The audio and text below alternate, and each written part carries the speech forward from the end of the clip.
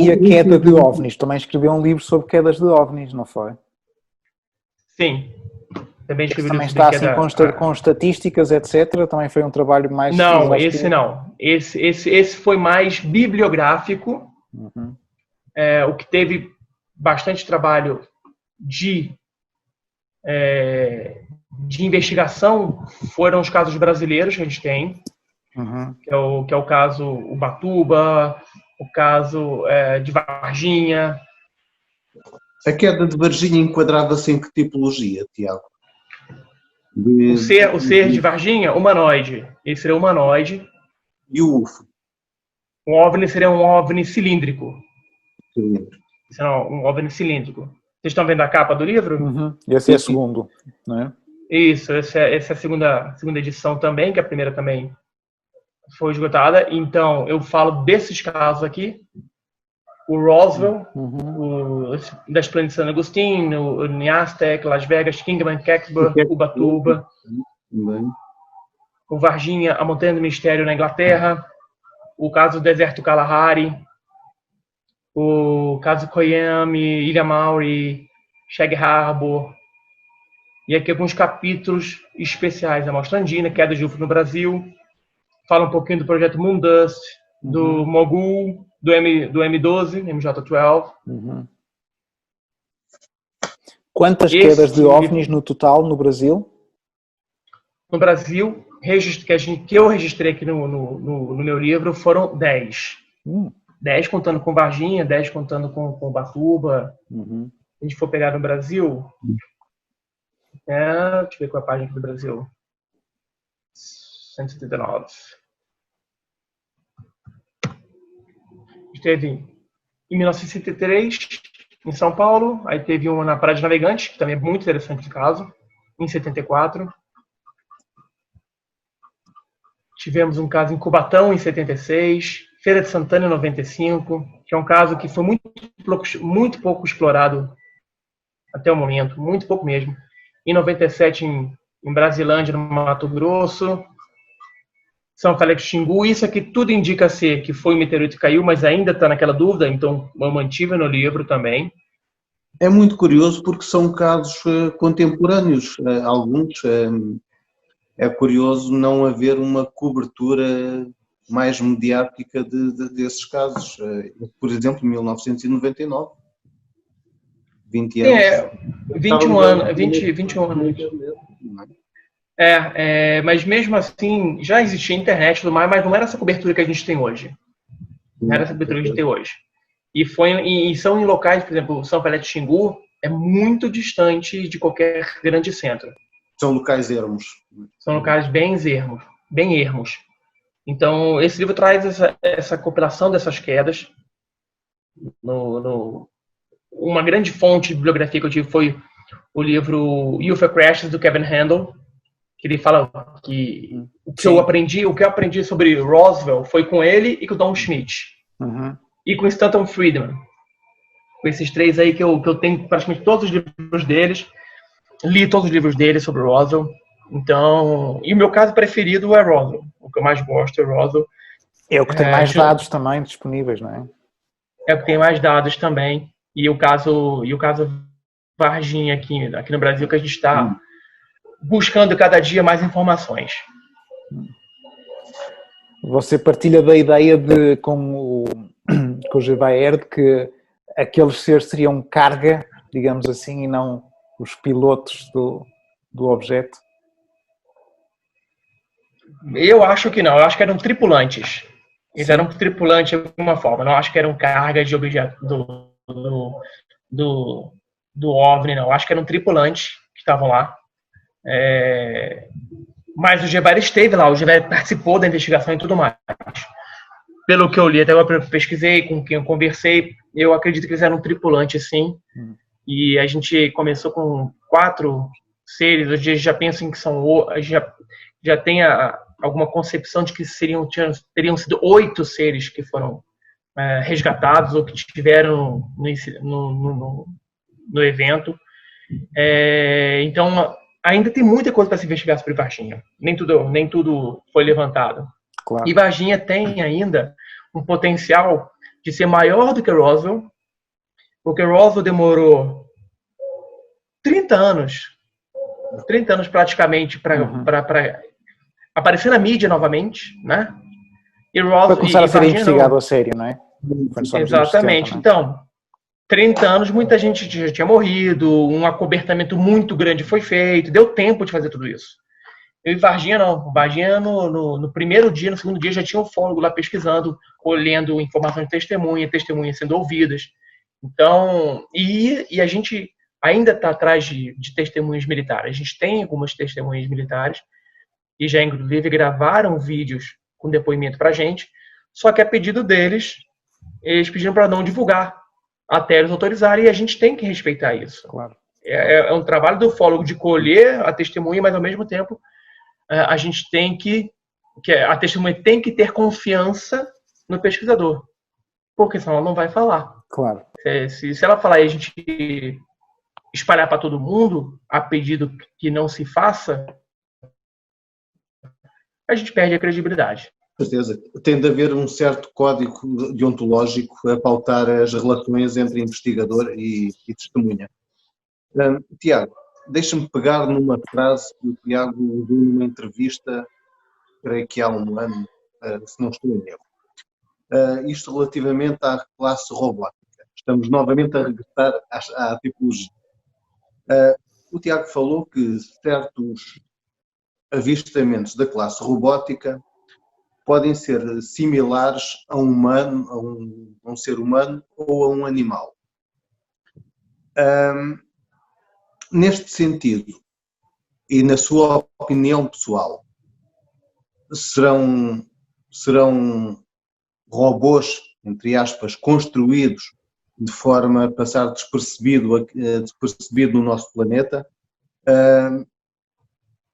Será possível existir como que um avatar, ou seja, um corpo robótico controlado remotamente por uma inteligência, por qualquer motivo não pode ter as condições necessárias para experienciar uma vivência aqui no nosso planeta?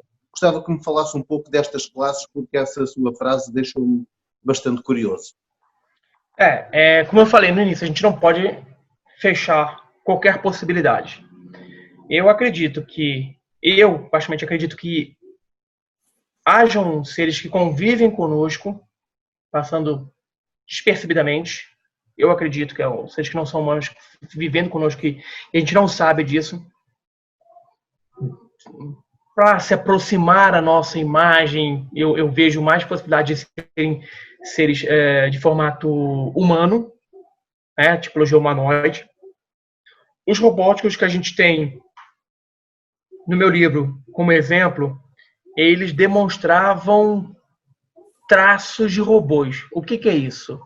É um andar mais cauteloso, um andar mais mecânico, uma movimentação mais mecânica, ou realmente o formato de um robô. Para eles estarem vivendo junto conosco seria um pouco difícil, a não ser que sejam ciborgues, que, né, mais parecidos com o ser humano possível. Então, eu acho que existe, sim, a possibilidade dessas tipologias estarem conosco aqui, mas se você me perguntar que tipo de tipologia seria mais apropriada de estar aqui, certamente seria a tipologia humanoide. E, dentro da tipologia humanoide, o que a gente chama de seres nórdicos, que andariam despercebidamente no meio de todos nós. O que Robert Dean também fala, não é? Sobre o tal a estimativa de situação para os alvos estratégicos da NATO, não é? Que já estavam catalogadas 4 espécies, 2 deles tão semelhantes a nós, que eram eles que despertavam algum pânico e ansiedade nas chefias militares, que é o passar despercebido no meio de nós. Não é? Exatamente. E o interessante, o David Jacobs escreveu o livro Os Infiltrados, em português, onde ele fala finalmente ele fala, né, do objetivo das abduções. E no livro dele, exatamente, e no livro dele ele deixa bem claro, eu conversei com ele em 2017, quando a gente palestrou no mesmo evento em Belo Horizonte, aqui no Brasil.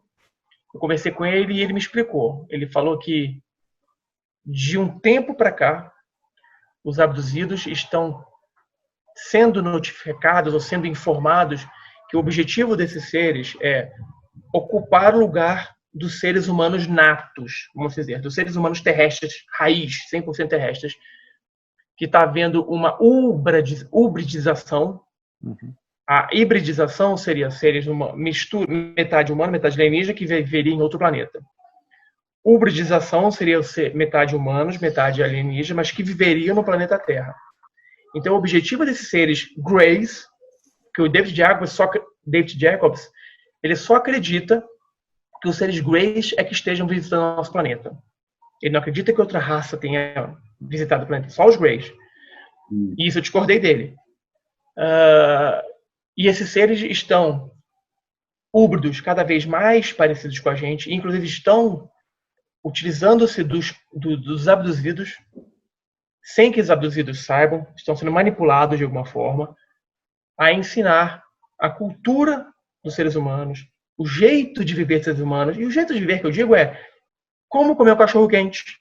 Isso, quem falou foi David Jacobs. Como assistir um jogo de beisebol, como se vestir, para viver no meio da gente. A ideia é trazer esses seres para o nosso planeta. À medida que os seres humanos normais, raiz, vão morrendo, vai sendo recomposto por esses seres híbridos.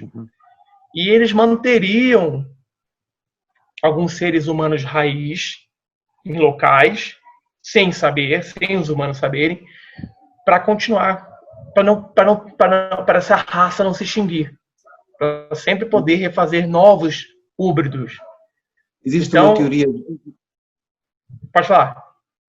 Existe uma teoria bastante curiosa, essencialmente relatadas por pessoas do sexo feminino, em que parece haver uma certa curiosidade acerca da relação mãe e filho, entre as relações emocionais, como se esses seres procurassem entender como é criada esta ligação.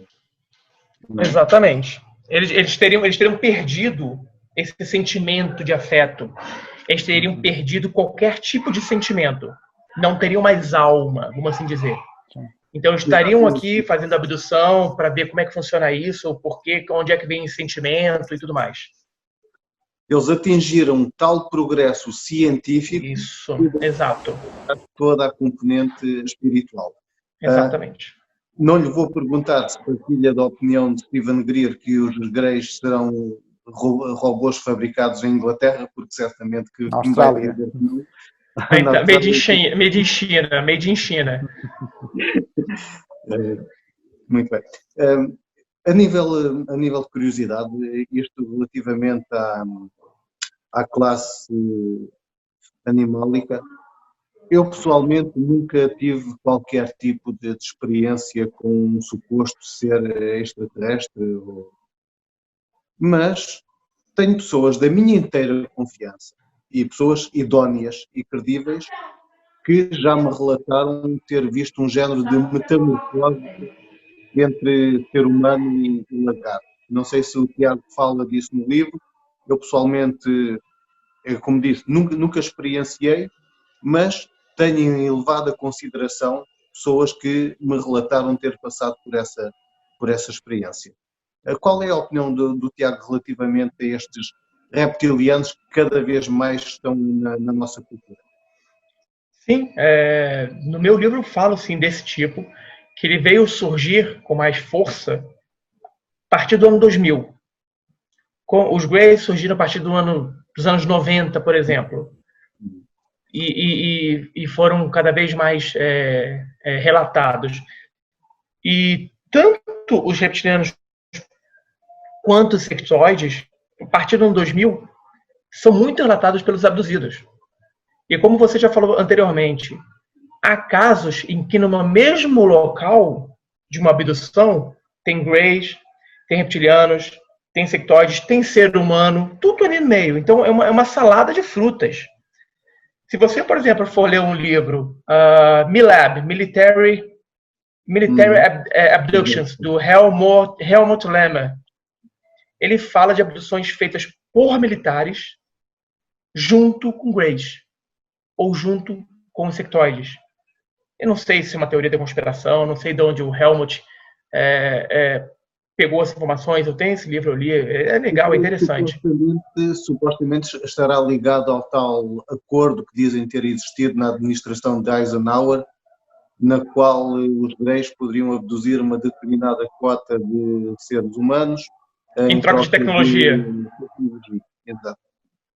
Exatamente. Então, essa abdução feita com a participação dos reptilianos, ou os reptilianos estando na situação, no evento, no local, está cada vez mais forte na concepção dos abduzidos.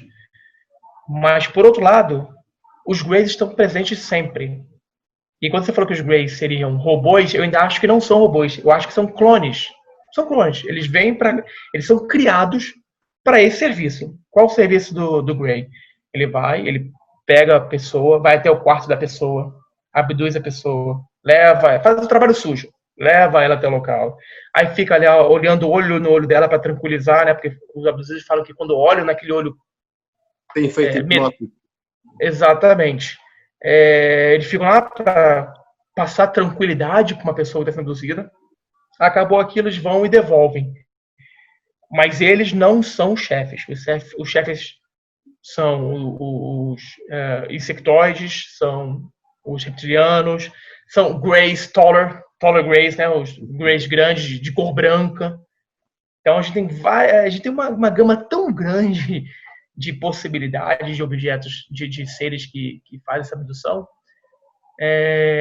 que é difícil você tentar botar tudo num lugar só e conseguir pesquisar tudo com credibilidade. E as abduções acabaram ou não? Eu acho que não. Eu acho que eles se desenvolveram nisso também, porque quando a gente fala de desenvolvimento de abdução e de avistamento, muita gente pergunta, mas estamos tendo menos avistamentos. Eu até concordo que hoje em dia a gente tem menos avistamentos de OVNIs. O que aumentou foi o avistamento de drone, de satélite, de avião, de helicóptero, isso aumentou. Mas objetos voadores não identificados são menores os avistamentos. E por que isso? Pelo simples fato de que eles não querem aparecer. É simples. Assim como o seu carro da década de 90 evoluiu para um carro de 2020, os objetos voadores não identificados e os procedimentos desses seres evoluiu também, assim como a nossa ciência evoluiu. Então, se o objetivo deles é estar aqui com alguma agenda que a gente não sabe, para fazer alguma coisa que a gente não sabe, e não querem aparecer, eles têm que ter tecnologia, eles têm que evoluir para fazer, a gente vai abduzir. Como é que era feita a abdução antigamente? Você pegava uma pessoa, bloqueava a memória dela, mas de vez em quando ela dava uns flashes, recordava alguma coisa, e aí ia para o médico, para o psicólogo, psiquiatra, o cara fazia uma regressão, desbloqueava a memória, ela sabia de tudo que a gente tinha feito. Aí então vamos criar uma nova metodologia. Aí cria-se uma nova metodologia. Isso eles pensando, eu pensando o que eles estão pensando. Cria-se uma nova metodologia, novas técnicas para bloquear ainda mais isso aí. A pessoa, hoje em dia, a possibilidade de descobrir que foi abduzida, assim, é de 1 em 1000. Antigamente era de 1 em 100. E o óbvio é a mesma coisa. Antigamente você via várias fotos, década de 60, 50, 80, aquelas fotos lindas de objetos. Você tinha fotos lindas. Hoje em dia, todo mundo quando tira foto é assim, ó. É a tela tremendo, é assim, você não consegue enquadrar o negócio. E todo mundo tem uma câmera digital com 8 megapixels, 10 megapixels, 12 megapixels, tem câmera de HD, Ultra HD, 4K. câmera de segurança, tudo, e ninguém pega uma imagem que fale assim, pronto, essa não pega. Por quê? Eles pararam de vir? Não acredito. Eu acho que eles têm uma tecnologia para ficarem invisíveis aos nossos olhos. Como nós próprios estamos a desenvolver tecnologia nesse sentido também, não é?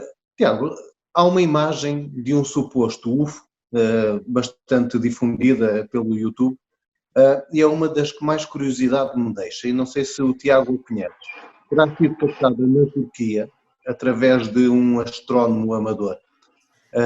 Seria um objeto que todas as noites aparecia no mesmo local, sensivelmente à mesma hora, e ele, através do telescópio, conseguiu captar um pequeno vídeo desse objeto. O Tiago conhece este vídeo? É um que foi feito esse ano. Não, penso que é de 2008. Não, de cabeça não, 2008 não me lembro. Não me lembro. O que eu vejo muito são vídeos de pessoas fazendo imagens da Lua, que aparecem objetos cruzando a Lua, mas muitos dias são satélites. E hoje em dia, há pouco tempo atrás, em março, aqui no Brasil, os satélites Starlink passaram pelo Brasil. Aí eles passam em fileira. O que eu recebi de mensagens de pessoas, eu vi disco voador, eu vi uma esquadrilha. Falei, calma, vamos lá. Onde é que você viu? Aí eu fui, a primeira coisa que foi sair aqui no quintal da minha casa, olhei para o céu, aí peguei meu celular, vi exposição das estrelas, satélite de constelações. Aí eu vi lá Starlink, vai passar no Brasil no dia 12, falei, pronto, era Starlink. Então heavensabove.com. Exatamente. É o que eu dou sempre, por favor, antes de perguntarem, consultem. Exatamente. Eu sei que isto vai ser tema do próximo programa do Jevaer, mas, na sua opinião, uma abdução tem de ser necessariamente física ou pode ocorrer num outro plano etérico ou espiritual? Eu hoje só vejo evidência de abdução física. Não vejo uma pessoa saindo do corpo ou entrando em transe e sendo abduzida. Eu não vejo isso. Eu vejo que a pessoa... Também a nível de sonho, por exemplo. Oi? A nível de sonho, por exemplo. Mas aí você vai... Aí você entra num... Não. Aí você entra num leque muito grande. Muito grande. Aí você vai ter que falar de projeção astral. Você vai ter que falar de paralisia do sono. Exatamente. Experiência fora do corpo. Sonhos lúcidos. Sonhos lúcidos. Um simples pesadelo. Você abre um leque muito grande de algo que você não tem como comprovar, você não consegue de nenhuma abdução por enquanto. Exatamente. A abdução física você... Mas entramos no campo igual ao da canalização. Exatamente. Torna-se Exatamente. Muito bem. Para finalizar a minha parte, e o Francisco controla o tempo, eu sinceramente não sei... Sim, já estamos um bocadinho para além daquilo que eu tinha previsto. Mas aí já são o quê? 10 horas da noite, né? Não, 9h30. 9h30. Mas prometo que com isto vou finalizar a minha intervenção, pedindo ao Tiago para nos falar um pouco do seu canal Investigação OVNI. Eu tenho o canal Investigação OVNI no Facebook, que lá eu posto... lá eu posto a minha pesquisa ufológica, eu posto assuntos ufológicos de interesse, vídeos ufológicos, e também tenho no meu canal do YouTube, também pesquisa Investigação OVNI, que vão ter lá entrevistas, inclusive o Francisco foi entrevistado no meu canal e tá lá. O Felipe já vai aqui estou convidando o Felipe também para a gente fazer uma gravação pro meu YouTube. E é um canal aberto para todo mundo. Críticas são sempre bem-vindas. Muita gente tem curtido, tem gostado, tem apoiado. Eu convido a todos a participarem do canal. 2 canais. Bem, 2 canais. Fica o convite feito. Com algumas dicas de excelentes livros para adquirir. Sinceramente, não sei se a UFO envia cá para Portugal, mas quero acreditar que sim. Mas tem que ser através da Amazon, provavelmente. Eu tenho. Você pode comprar pela revista UFO. Eu creio que envia assim que abrir de novo as fronteiras, né, de envios, porque hoje eu fui postar uma carta para Nova Zelândia para minha cunhada e não pode porque está fechado. O Brasil não envia para Nova Zelândia. Então não pode enviar, mas eu creio que a revista UFO envia sim. E o meu livro em inglês, UFO Contacts in Brazil, publicado pela Flying Disc Press, do Philip Mantle, aí da Inglaterra. Você pode comprar pela Amazon, que entrega aí na Europa sem problema nenhum. Muito bem. Tiago, muitíssimo obrigado. Foi uma conversa muito agradável. Ficamos a conhecer um pouco do seu trabalho. Vamos ter com certeza uma segunda conversa, alguns no futuro próximo. E até lá, muito sucesso. Não deixem de ver os programas do Tiago, consultar os seus livros e um abraço muito grande para si. Fique em segurança com a sua família. Filipe, muito obrigado também mais uma vez. Obrigado pelo convite, pessoal. Um abraço. Até a próxima.